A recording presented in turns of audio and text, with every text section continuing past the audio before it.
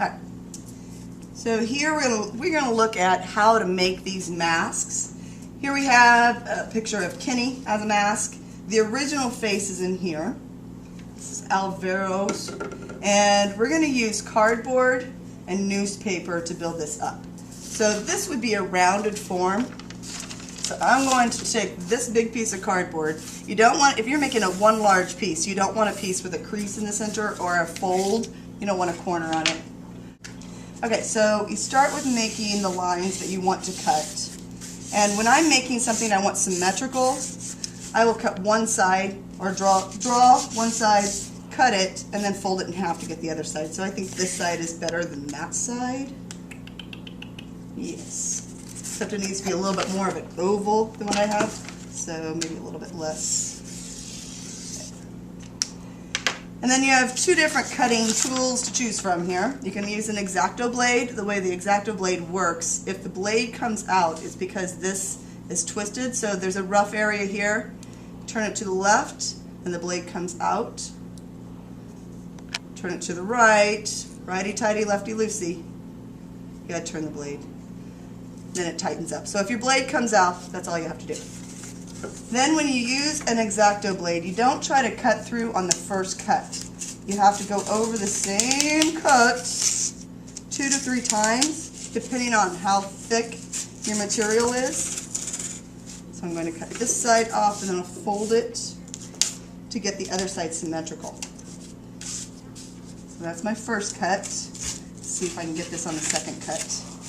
Now, especially my gentlemen in class, every year somebody thinks that it would work best if they put the cardboard and the X-Acto blade on their lap.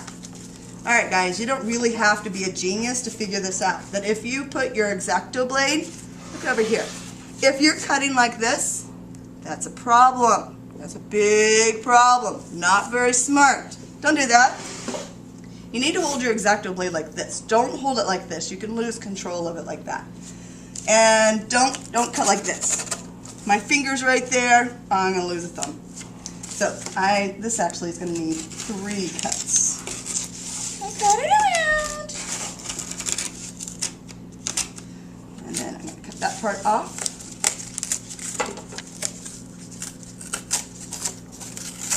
And then I'll fold it over to get it symmetrical. And then trace that side.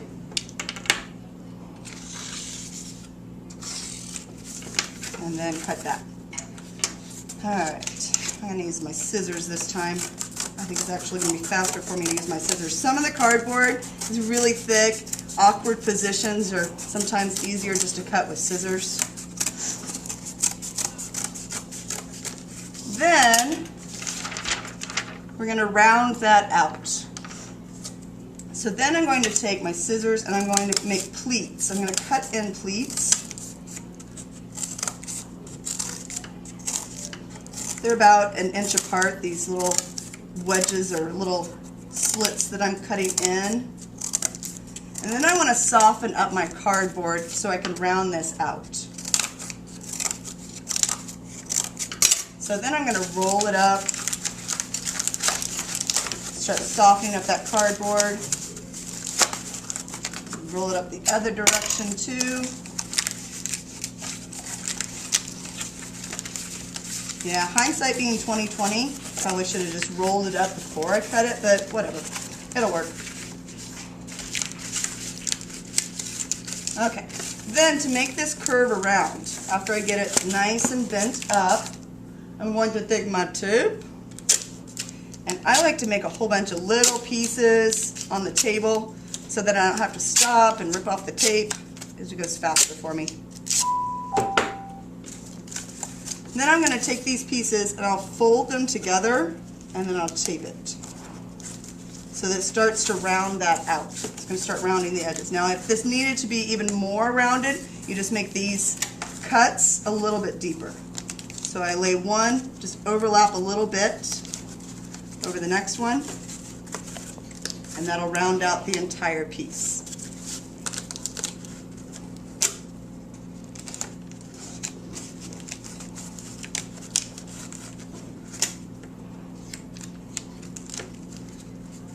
Then everywhere that you use cardboard, you're going to cover that with plaster gauze. You can use as much tape as you need to smooth things out to get them into shape. And then we'll plaster gauze over the top of that. Then once he gets the whole thing done, then he was going to lay his mask in the center and decide how much space he needs. So I would trace this. I would trace his mask on the back of it first to see what the overall shape is. And then he needs to decide how big a space he wants showing on the inside. He will cut that out, and when he cuts it out, he needs to leave a tab. Anywhere that you're putting a piece of cardboard, anywhere you're putting a piece of cardboard on your mask, or a piece of cardboard attached to another piece of cardboard, you need to make yourself little tabs. So I'm not going to cut this all the way. I'm going to cut, and then I'm going to do these lines in. Again, I'm going to cut lines in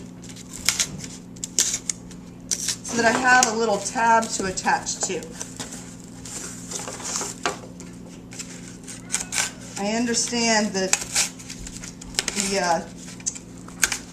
desire to take a shortcut with this X-Acto blade. I also understand that it hurts really bad when you cut yourself with an X-Acto blade. So follow my directions. And then I would bend it back till I got the shape that I wanted. And then I would have a space. I'd have these pieces here to put the hot glue on, and then I would attach that to the mask after I got that all cut out. Okay, so that's basically his. And then for the eyes on this one, he doesn't want you to be able to see his eyes, so what you do for the eyes is you take some window screen, you take some cardboard, and you're going to make a little window out of the cardboard, the shape that you want your eyes to be. You put the window screen, this is a plastic kind of window screen, it's not the wire works fine too. I recycle all kinds of stuff, and if I see window screens in the trash, I totally grab them for our projects. Then you take your hot glue. Now this, clearly this, you can see through it. So that means that the hot glue is totally going to go through it and burn you. So you need to get a little piece of cardboard, and you will hot glue your piece that you're putting in your plastic, or that you're putting your window screen on. And then use that little piece of cardboard to flatten it on there. When you're using the hot glue gun, make sure that your hand is not, don't try to hot glue something like this. Don't put your hand underneath and try to hot glue. If you do, the first thing you need to do is go to the sink and put your hand in cold water. What you're going to want to do is peel it off. I know it's kind of counterintuitive, but you need to go to the sink and get that in cold water, and then you can peel it off. Also, please do not make fun little designs on the table with your hot glue gun. That's wasteful. Also, don't burn the hot glue sticks that aren't in the glue gun, because when you burn them, you ruin them. Alright, so then I would just hot glue that on where I wanted that shape. Then later he can paint this. He'll plaster gauze over this part, not the screen, but just this part. Then he can paint this and then blow out the paint on the negative spaces so he can see through it. For his eyes, he wants his eyes to pop out. So to make a sphere, take a piece of newspaper, and you want to take two pieces the same size, wad it up. Do not do this. See how much volume I get out of that one piece of paper? Okay. Believe it or not, people actually try to do this. They try to fold up the paper to try to get the volume. I'm sorry. I should be I should be nicer about that, but that's just dumb. Don't do that. That makes no sense at all.